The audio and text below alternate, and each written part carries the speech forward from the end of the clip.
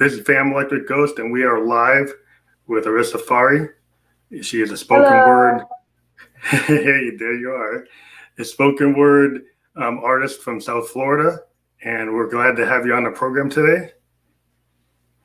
So it's we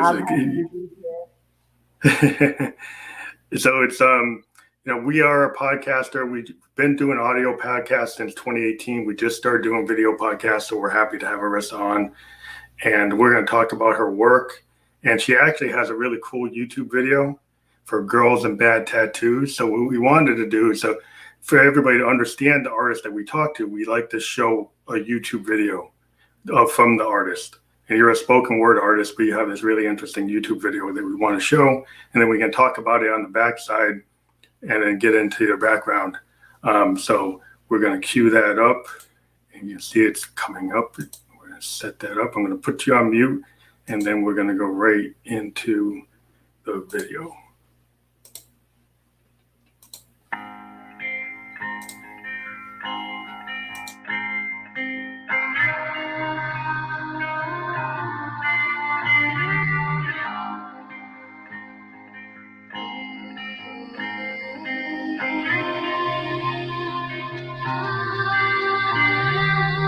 It's like you waste away all of your potential on girls and bad tattoos. It's like you waste away all of your potential on girls and bad tattoos. You fought your life against depression and claim it didn't get the best of you. While you work your regular day job, your family dreamed you would lead the world. But you fell victim to the starless nights and a broken heart. How dare you let the weight of a girl's words control the choices that lead you to those substances that blacken your perception and fog up your vision like a lonely drunken night. And you claim you're a poet, but you only write about a broken heart. And occasionally, how the sun shines through your veins. And your ex-lovers, they all have claimed that you have changed. And how that pure heart of yours is going to waste as you're wasting away, getting high in your room again. Hoping that when you come down, there'll be a little bit more hope for you. It's like you waste away all of your potential on girls and bad tattoos. It's like you waste away all of your potential on girls and bad tattoos. It's like you waste away all of your potential on girls and bad tattoos. It's like you waste away all of your potential on girls and bad tattoos. How dare you let the weight of a girl's words control the choices that lead you to those substances that blacken your perception and fog up your vision like a lonely drunken night. And you claim you're a poet, but you only write about a broken heart. Wasted away. All of your potential, wasted away, all of your potential. So we're back, and that was Girls and Bad Tattoos.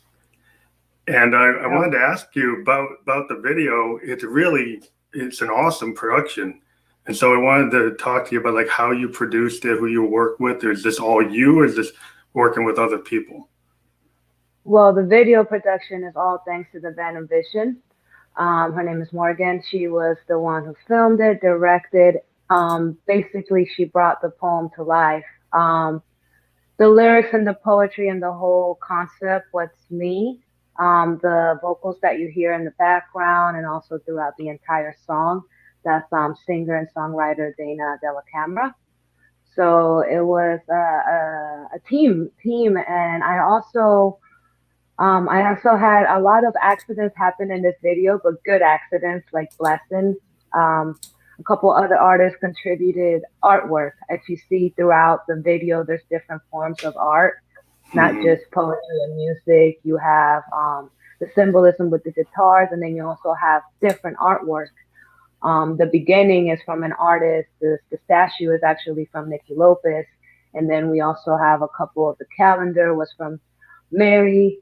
And then the artwork was from another artist that contributed. They felt the message, it related to the story, and it all came together. Um, but yeah, big thanks to Morgan for really sitting down with us and understanding the song, the lyrics, and also my style. I just Yeah. it was But like it your was style is really interesting. It's spoken word, it's a little hip hop, it's the kind of beat poetry. It's the kind of thing I'm really into. I started, as a musician, as a poet. I actually did poetry before I did music. So I have a deep love for like Harlem Renaissance, like Dunbar and things like that. But yeah, I used to go to a place in Northampton, Mass, and call it Fire and Water and do like just spoken word stuff before I did music. But it's interesting how you took the visuals and then got the music and had all these other artists. So you did a full collab. Is that something you're continuing to work on? yes, and my work honestly is by feel. So I'm not one of those artists that releases a song every day or a poem every day just to release it. I really have to. I use it as a healing. So this poem was actually written 3 years ago, and it was a spoken word. And one day I needed to heal, and I turned it into a song. Mm-hmm. And I believe the genre is called alternative when you mix more than one genre, or Yeah, yeah, experimental as well. yeah, I think yeah. you think, yeah. So, um, yeah, I would say this was actually a year and a half of work between the writing, the recording, and then the video. So I definitely my next projects I do want to continue working and continue trying different things, no matter how weird it is. The weirder the No, better. weird's always good. I'm like the king of weird because I put my Josephine Electric voice on and I got my mask on and I get my hoodie and I don't even look like me. I look like somebody else. But so it's like I understand. I was sending to the videos.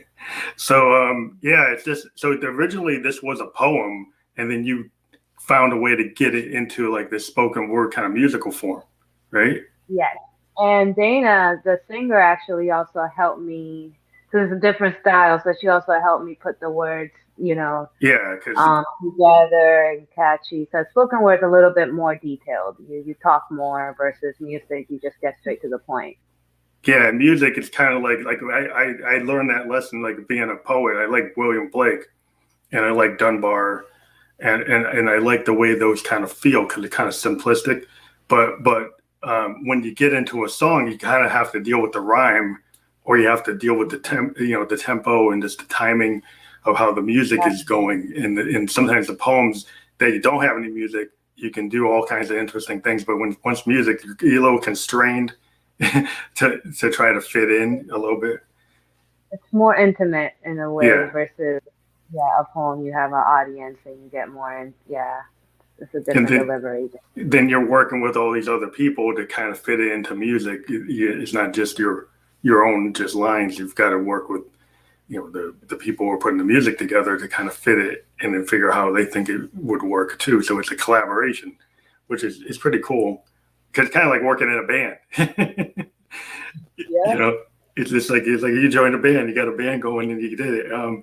So and that's kind of similar to what we normally talk about. We mostly talk to musicians. We also talk to actors, but we've had maybe three poets on. So you're like the third poet that we've talked to. So when did you first get into poetry? At like what age? Uh, See, I was writing as I was learning English. I moved to the States when I was around 8 years old, third grade. From Puerto Rico? Um, yes. And music was a way of learning for me. So I would write lyrics along the lyrics of the actual songs on the radio. And then in elementary school, they used to make us memorize poems and recite them in front of the class. So that's really when I started questioning, like, oh, this is a thing. Yeah, it's a People big get thing. help, Well, I think it's and really interesting that music helped you learn like the language, which is a good yes, actually way to learn the language. If you get into the music of a culture, I think it's probably the best way to yes, kind of get. if you pick the right songs too, don't. Yeah, you got to pick the right song. But honestly, when I first shared my a poem around a decade ago now, I want to say 10 years ago, that I had written and still in school, and it was a suicide note. So here I go again, experimenting, and this Hmm. time is with my suicide note. I wanted to heal, so I turned it into a poem. Months later, I revisited it, turned it into a video. A few months later, put it on YouTube, didn't tell anyone. And then 4 years later, I finally put it on social media and people started sharing, and all my friends started supporting. And after that, I just started getting open invitations to perform at open mics, and it was just one blessing after the other. Well, I think that's a And really positive story because I think all artists take pain at some level and use it to create art. And it's really, I think it's inspiring that you were able to take a very personal moment in your life and share it to help people. Because I think it helps people when they understand that other people feel that way. And when an artist puts it in those terms, it can actually heal other people or help other people outreach to other people. So I think that's a real positive thing to do. yeah, and it's good to hear that because sometimes it's not that easy to share. I think that's why I don't share so often because these are literally like diary experts, experts. Hmm. They're part of my life, and that's also the beauty of it. And that's why people can relate because it's not just like your regular cliches of oh live, love, life. It's like no, this is the darkness. I'm in it, and I want anybody who's in it too to be able to relate and find somebody I a little think bit more realistic than the people we see on TV. Well, I think that's the talent of creative folks, because you take like, the person, a lot of great artists take their personal demons or the things that really hurt them and they turn it into, some positive work, even though it might still have darkness in it, right? If you think a guy like Lou Reed and like Andy Warhol, they kind of lived in this kind of New York kind of dark area. And it came, a lot of alternative artists kind of name check Lou Reed and Warhol as inspirations, because they kind of went into these kind of weird areas of life and they chose to talk about things that weren't pretty. They would talk about addiction. They talk about the politics. Talk about personal issues. Talk about all kinds of things that normally aren't in songs. And so I think the artists that kind of push things, that take things that are not just a love song, but something that's like more about yourself or more about your struggles. I think there's a place for every type of art, and I think that is very powerful when people share those kind of feelings. Yes, I agree. Yes, yes. Though it is hard for the artist because like you start to become popular with that, and then you're kind of like, well, I revealed too much to the world because everybody wants to have a little space for themselves. And as you start to grow as an artist and more people get into your work, and then you say, well, how much am I going to share? you know, Yeah. do you find that that's a hard line? Like as you get more and more, venues to work with and more people to deal with, do you think about like how much you share? I think that's why I take breaks. Sometimes I know people are like, "Well, how does she do that?" Like, as soon as it's like really a lot of things are going on, I start slowing down just because it is overwhelming. Um, and the last year performing too, like the past year, right before COVID, as soon as COVID hit, because that's changed a lot. Um, I started thinking to myself, you look at RIP DMX, addiction. We were just talking about that. Um, we were, I look back and I look at artists like Mac Miller, DMX, X, um, Juice World, all these artists that this is what we're fighting for, this is what we're striving for to be right where they are, and then they go and they kill themselves or something terrible happens. Do I really want to be that? Is that the route I want to go? So yeah, sometimes it does get a little hard because the industry is a little bit different than Yeah. real life. Yeah. So I I think it's rather like, stay, yeah. you know, where I'm at right now and just have Well, it's fun with good people. to put the brakes on. I mean, I think there's this famous story that Kurt Cobain was like kind of stressing, yeah, Yes. about his life, and he talked to Neil Young, and Neil Young told him, "It's like, you know what? Why don't you just take a break? Don't tour, don't work on an album, don't let everybody tell you you have to do this. Just don't do anything." Because Neil was like famous for like, "Hey, I'm just gonna stop." I mean, he had, you know, I don't know if you know his story. I mean, he came out of Canada, got into his famous band Buffalo Springfield with the guys from Crosby, Stills and Nash. Then he got into Crosby, Stills and Nash. He was a really big star, and then he from time to time he would just quit. He said, "Well, I'm not going to do it." He quit Crosby, Stills and Nash, quit Buffalo Springfield. He would just go off and just say, "I'm stopping," and go to his ranch in California and just stay there. And then he'd just disappear and then come back. And sometimes he kind of tried to tell Kurt that he needed to do that, but he didn't hear him. So that sometimes happens is you try to help people, but they're on their own path. But yeah, it is a hard thing because you hear the stories of Janis Joplin and Hendrix and Jim Morrison. And the 60s is kind of totally wrapped in really great stars kind of getting overwhelmed. And even today, Early 90s as well, with the punk rock era as well. Like you said, Kurt Cobain, that era too. Yeah, so it's hard. Fame has another side to it. Like the thing that you want, every artist wants to, I think, their work to be understood and received. But I think we're all sensitive people. I think artists are very sensitive, and the fame can compound that sensitivity, and you have to kind of know what your limits are. But so we get into like, when did you realize that your talent for poetry? Because I guess you started to share it, and then people started to recognize it. So was that something that happened like recently in life, or had you started to get recognized for your art like at a younger age, or more like now? More like now. I would say more the last 6-7 years. I've been performing. Yeah, my first performance was 6 years ago. But I always knew, like I said, like when I was young, I always knew I was either going to do something with music or writing, and somehow I'm doing all of them plus modeling. Mm-hmm. That would be maybe something that just happened unexpectedly, was the modeling. Oh, wow. You're doing that too. Yeah, that was by accident. I had a friend who's a photographer now, Dre Doe. Before she was a photographer, we met, and before I was a poet. And she looked at me, she said, "You're going to be a model." And I said, "You're going to be a photographer." And 2 years later, we ended up doing our first photo shoot in our new dreams. And then so we took it to air.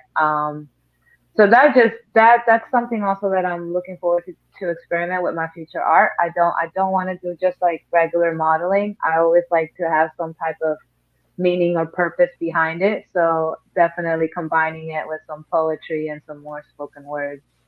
I think that's a great thing to do, because if you think about the great artists, right?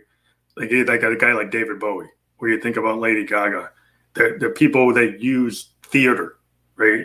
A lot of Freddie Mercury. I mean, there's this whole idea in music and art that if you have that skill of being a model or being an actor and then being a poet, then being a musician, then when you go to present yourself, you can present yourself on a stage with like your own vision, right? So then you can take the ability of being a model and present your poetry in a way that you direct your visuals, because you understand how to use your look in your overall concept.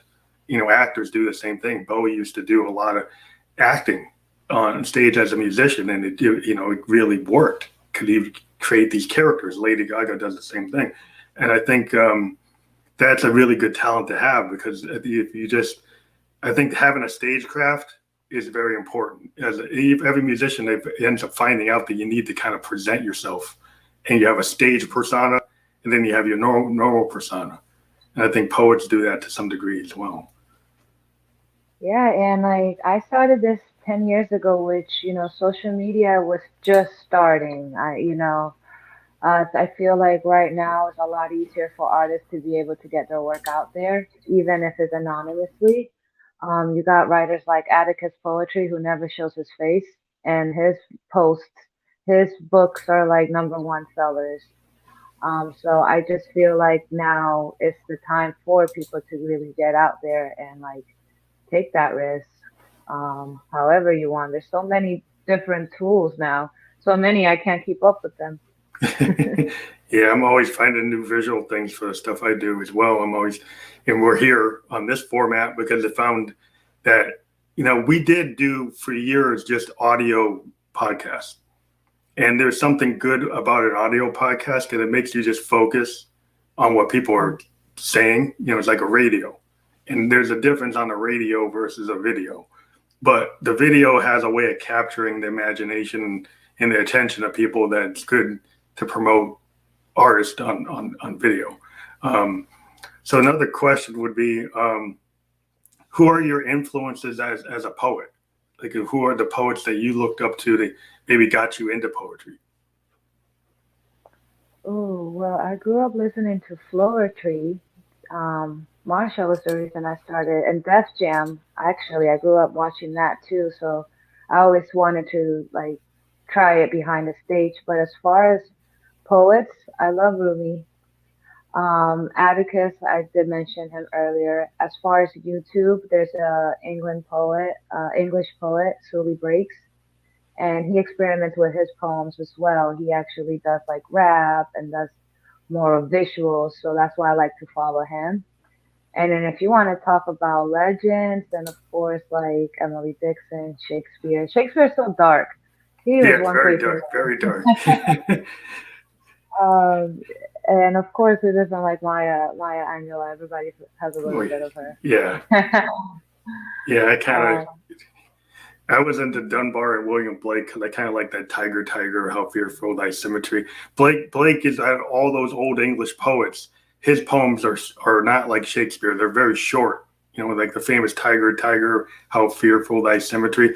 They're very short lines, and not like Tennyson or Wordsworth. And not that I like those two or Longfellow, but what's cool about his is it kind of relates in the modern era when you look at Blake's poems, that you can understand them in an easier way. They're just very visual. They actually, when he did them, he actually etched art. They were actually like paintings on metal. And so every poem actually had a metal etching that was done in acid that actually has a drawing that goes with it. And I always thought that was really cool. Like, you kind of understand them. You actually need to look at the painting that goes with the poem. So I kind of understand that visual. Because maybe somebody couldn't resonate with the words, but they could look at the picture and resonate with that. So it's good. I think it's kind of like the multimedia back in the Victorian era. It's interesting what people come up with. So it's just, I think it's really cool that you're the kind of multi-media artist that you've mixed. You got modeling, you got spoken word, you've got hip hop, you've got music, you got the visuals.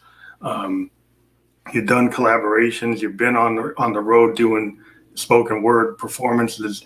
So during COVID, how hard has it been not able to go to those kind of poetry jams places and being able to actually go on stage?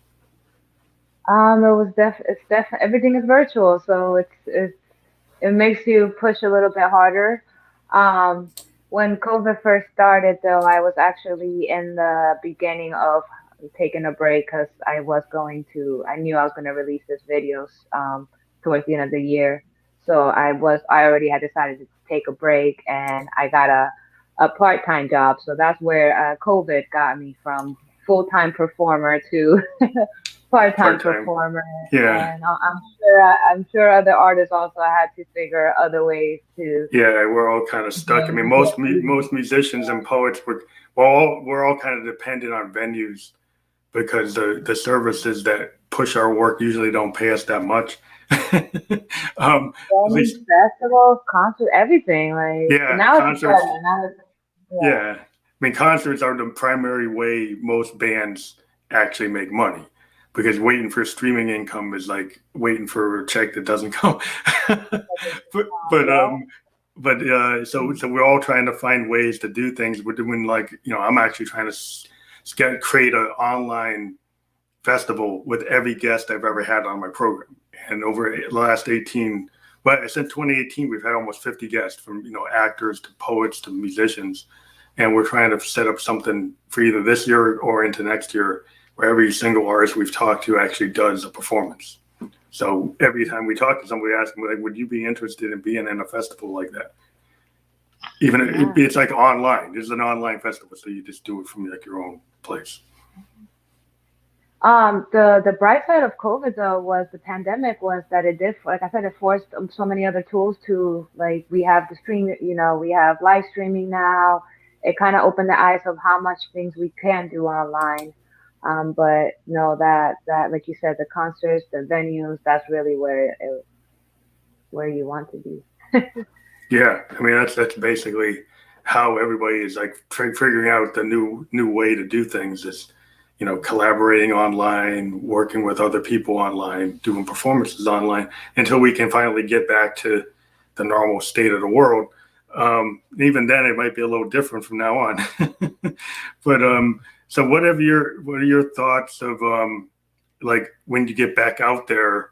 Have you been working on a lot of new work? Kind of what a lot of artists I've talked to, because they've had time to not be on the road, they've kind of gone inside. But I think as a poet, you're already there. So during this time, have you used it to like do work that you didn't consider you were going to do, or focus on just being kind of not in the limelight, or like what have you used this time for under COVID? I have been writing. I have a lot of poems that I've been writing, and now it's back to square one of, okay, how am I going to release these poems? So Cool. Now it's the creative process of execution and making videos, and who knows, maybe I'll experiment with some of these new platforms that are out there. So yeah, I think, yeah. Well, if you've got some ideas, you don't want to give away the whole show, but yeah, I think it's really innovative what you can do today. I mean, there's stuff with like virtual reality. There's stuff you can do, with all kinds of multimedia. Taking poetry and mixing it with all types of different tech and different art is always something that's cool. And the fact that you're modeling, that's a whole nother thing you could get. Have you ever thought, since you went into modeling, to take the next step and actually do some acting? I've actually done acting.